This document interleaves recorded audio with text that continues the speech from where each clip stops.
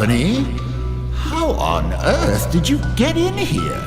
Oh, please don't fret. I have no intention of making a meal of you. Please call me the Duke. I am but a humble merchant, purveyor of goods to lords and ladies, prophets and priestesses. I do so strive to please my patrons. I hope we can become well acquainted. But of course it is not I who is on display here, but rather the wares on offer for you. I deal in all manner of commerce, but today I trade in knowledge. This place is a veritable hoard of information, gathered from all throughout the realms of man. The more hard-won the knowledge, the higher the price. But you look like you're well aware of the value of such things. Well, since we're here, I've got a few morsels I'd love to share with such a connoisseur. Please, take a gander.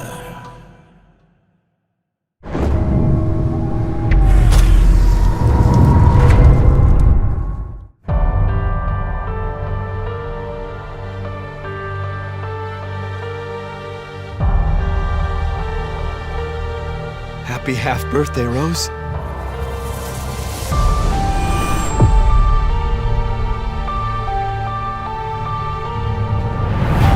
I just want to find my daughter.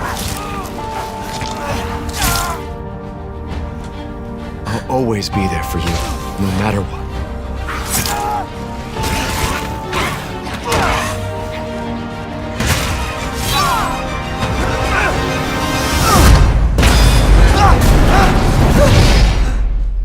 You are my precious Rose. And I didn't care. So long as we were together. Oh man, I'm so sorry. I love you.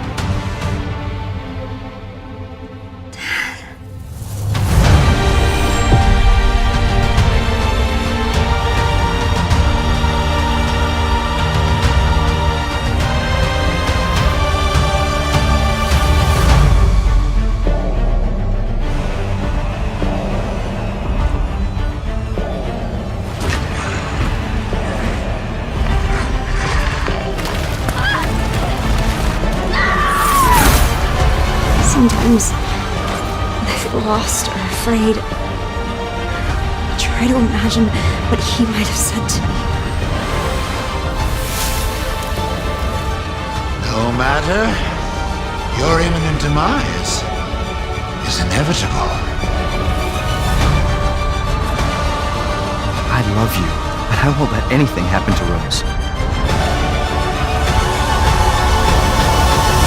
I've got this!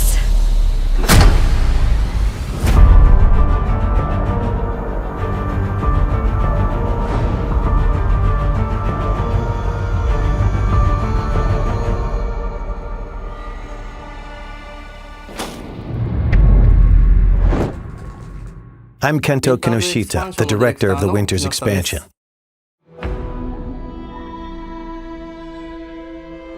Ethan gave his life to protect Rose. And in the end, you see how she's grown. What kind of person is 16-year-old Rose? That's what we wanted to explore, so we decided to have her at that age in this expansion.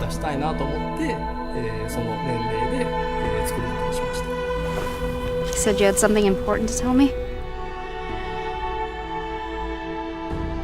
She's trying to get rid of her unwanted powers, but to do that, she is forced to return to the origin of her misfortune. We thought that concept had a lot of potential for an interesting story. So the setting this time is the realm of consciousness, going back one more time to that village. The word nightmare is synonymous with fear. For instance, if you've ever had a childhood fever that caused a nightmare, even if they only last for an instant, like the feeling of being attacked by a giant doll, or something else similarly so completely unrealistic, can remain as a fragment of a memory for the rest of your life. I wanted the core of the feeling of fear to come from the kind of memories and nightmares that still haunt people to this day. We wanted to choose characters that would interest people who didn't play the Mercenaries mode, but would be interested in playing a different type of character. There are characters called Lords, and playing as them allows you to perform amazing skills and attacks that a regular human could not. Being able to play them was more fun, so that's why we chose those characters.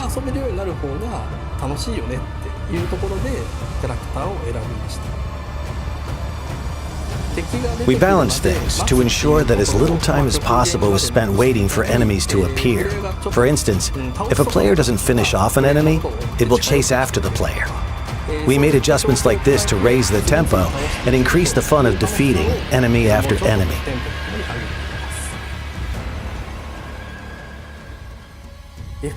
In an FPS, you experience the game world as if it's through your own eyes. So it can be incredibly scary to play a horror game from that perspective. There are some players out there who might find it too scary or experience motion sickness in the first-person perspective. They might not enjoy the FPS genre. So we wanted to make a third-person mode for those players, to enjoy the game to its fullest. While there's still a sense of immersion and fear with a third-person perspective, when the player character dies, it doesn't feel as much like you yourself are dying. And you can enjoy playing it as a game to confront the fear that it creates, which is a very different experience. I think third-person mode is a perfect way for people to return to Resident Evil Village, as both a game and an experience. Wouldn't it be okay to show Ethan's face? We gave that question some thought. So even in third-person mode, if you try to turn the camera to see his face, Ethan will look away, and you're not quite able to get a good look. Each of the 3 editions are interesting in their own way, and we hope you really enjoy the expansion. Please look forward to it. Thank you.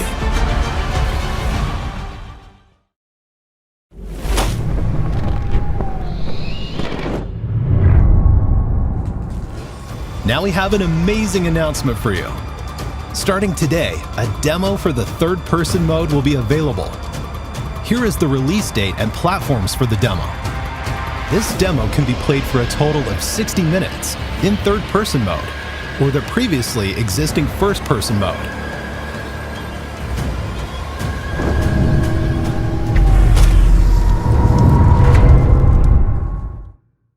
Mission adjustment?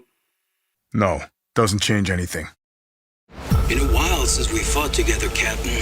Doing nothing but recon's gotten me out of shape. Let's have some fun, people. Move out. Yes, sir. Okay.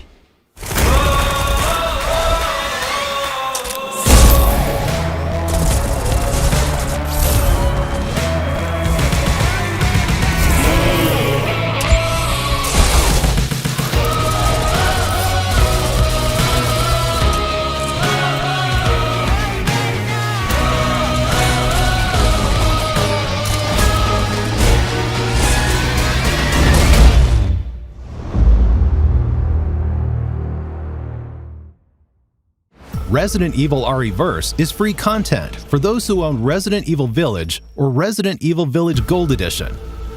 This game has crossplay, and you can fight players across all platforms.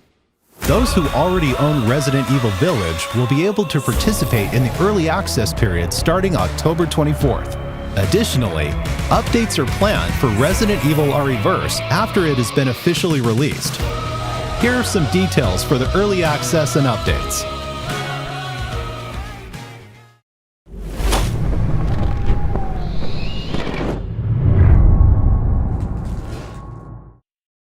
Resident Evil Village will be playable on even more platforms. Hello everyone, my name is Jeremy Sandmel, and I'm part of the GPU software team at Apple. During the keynote at our Worldwide Developers Conference, Capcom announced Resident Evil Village will be coming to the Mac later this year, and will take full advantage of the power and performance of Apple Silicon. We couldn't be more excited that the game will be available to Mac users around the world beginning Friday, October 28th. Resident Evil Village is the first project based on Capcom's RE engine to support the Mac and runs natively on Apple Silicon. And since the game is optimized to take advantage of Metal 3 features like Metal Effects upscaling, gameplay is incredibly responsive, with high frame rates and beautiful visuals. This means that every Mac, from MacBook Air to Mac Studio, will be able to play Resident Evil Village with ease. Stay tuned for more information soon.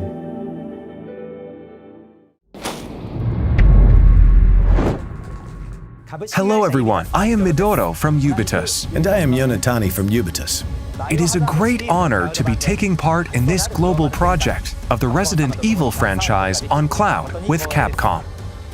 With the launch of the cloud version, not only fans from Japan, but from all over the world can play the game on Nintendo Switch without thinking about the download time. The application size is small, but the users can experience smooth gameplay of up to 60 FPS while playing it in multiple modes that Nintendo Switch offers, such as TV mode, tabletop mode, and handheld mode. It is great to be able to focus on the gameplay without thinking about storage space or the download time. You can also check your network environment by playing the demo before you pre-order or purchase the game. The game can be pre-ordered or purchased after you play the demo. This is to make sure that those who are playing a cloud game for the first time, or may have concerns, can test it and enjoy the game. With 5G mobile network technology being so widespread recently, the barrier between installing the game and playing it on cloud is getting smaller and smaller. We hope you will enjoy it and marvel at the technology of cloud gaming as well as its future through the release of Resident Evil Village Cloud. Resident Evil Village Cloud will be available on October 28th, and the Winter's Expansion DLC will follow on December 2nd. Furthermore, RE2 Cloud will launch on November 11th, followed by the RE3 Cloud on November 18th, and RE7 Cloud will be available on December 16th.